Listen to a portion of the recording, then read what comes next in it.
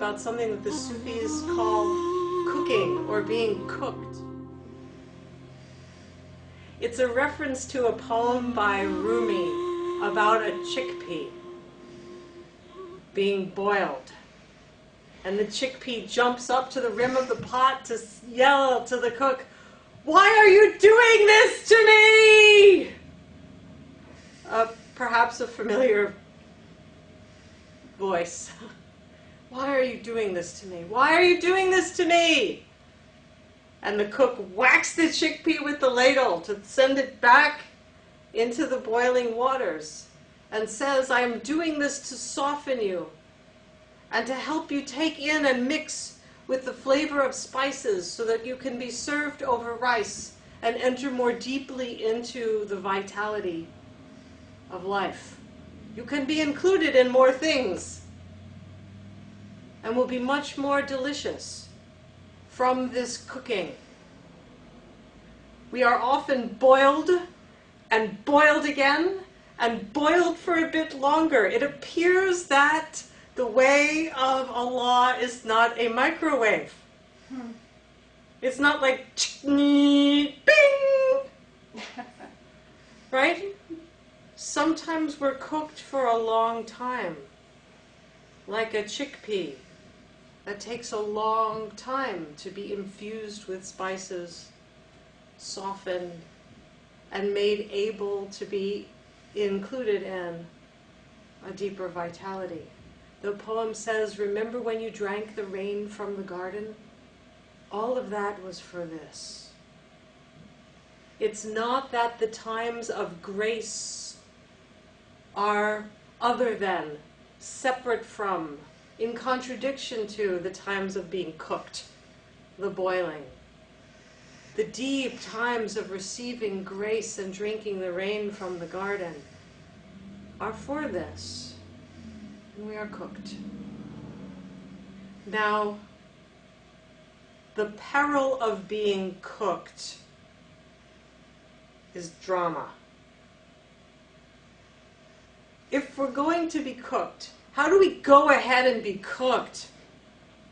One of the main ways that we try to leap out of the pot is with all kinds of stories and all kinds of dramas.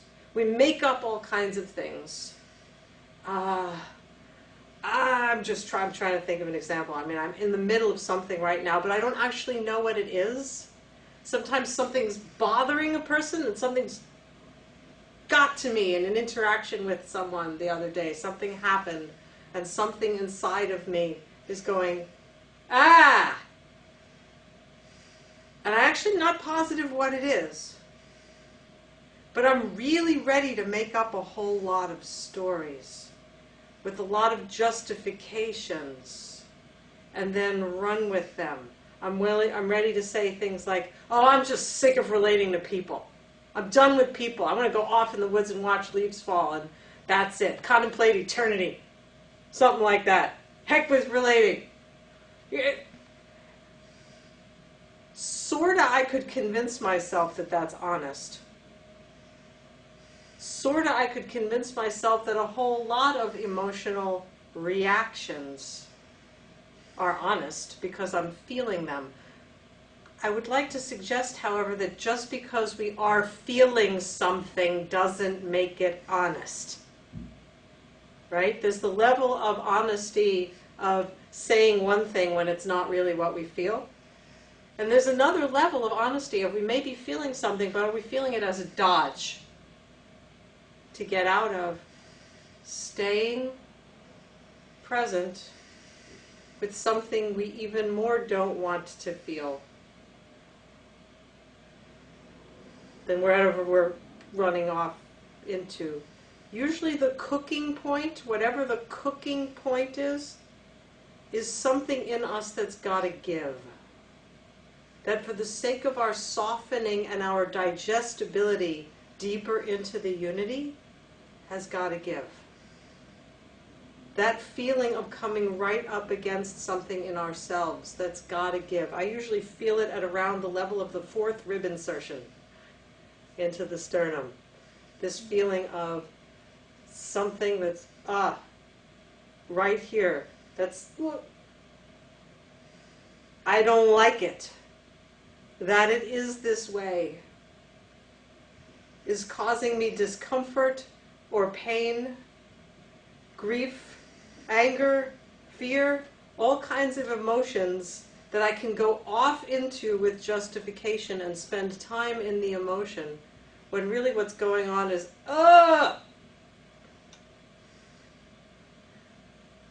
the hardness of my own indigestibility, of my own indigestion in a way with what's happening. And what's needed and what the practices are for. Sufi practices or whatever practices function in the same way. I will call them Sufi practices of helping us just stay right here, present with what is, which includes our response to what is. Cooking, feeling boiled by life, feeling the nature of our I don't like it, our discomfort, staying right there in the discomfort and letting ourselves soften, not try to get out of it. Obviously, what I'm saying has parallels for many paths. As Pema Chodron, many teachers in many paths speak about something very similar, about how to be with discomfort, not run, not make up stories, not meta-emote. Breathe into and allow oneself to be held. I actually tend to feel like this, almost like fingers right here, just holding me to it. Just holding me to it. Bismillah. I must say that when I am being cooked, I'm being cooked these days, my practices suddenly become really important. When I am not being cooked, when I do my practices, I feel really good after my practices. When I'm being cooked, usually I'm in whatever meta-drama or theory about whatever's going on.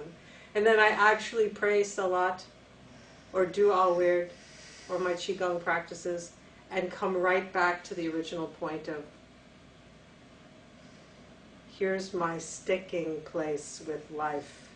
Here's where I am indigestible. Here's where I'm cooking. Ouch. So I often feel worse when I'm doing practices and it's a cooking time. What I'm meant to do is become more honest to the practices, or for the sake of becoming more honest. What's really bothering me? I can't even tell you, but now I'm actually with it. Trying to think of some examples. I see it very often, people in an emotional meta-drama about what's bothering them, rather than just staying with, here's the spot. We want to do something immediately. Forgetting that there are things that happen that are a process like cooking. My son right now is grieving deeply the loss of his pet ferret, Nilüfer. She was a sweetheart. She was really a wonderful, wonderful person. And he's going through something right now that there isn't a cure for because it isn't an illness. Not all that is painful or difficult is an illness, nor requires a cure. Sometimes it's a goad. Sometimes it's a restructuring. I think it was David White who said, when one thing dies, everything dies. And that, in effect, everything has to find a new meaning and structure in our lives. And my son is going through this right now. Nilüfer is dead. What does anything mean anymore? How does it all fit together? Something central is gone. And I watch him wanting, he's actually doing very well, but I watch him wanting to careen off into metadramas about it, as opposed to sitting still in, she's gone. This hurts. It is not healthy to get over it right away, and it's not healthy for it to stop hurting right now. To be in harmony with it is to be cooked by it, is to let it actually restructure us, change our life, change our values, change our priorities, change how we are with those we love who are alive, whom we perhaps never would have conceived of as being able to die. This is an uncomfortable cooking process that needs to be stayed with, and it works on a level that's much deeper than thinking. When we are in this kind of cooking in a situation, so much there is an urge to formulate a plan and do something.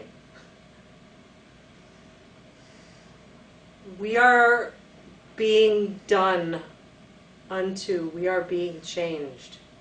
This is not an encouragement for passivity in front of life. There may be things we need to do. My son still needs to do his homework.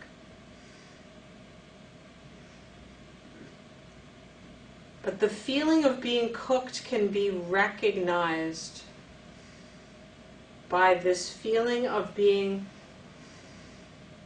up against a place in myself that does not want to yield, and that if I stay with this, if I don't dodge into drama, if I don't dodge into premature activism, if I stay with this, I'm going to change. I'm going to change. This is actually going to take me apart in some way. That feeling of being taken apart is not something to fear.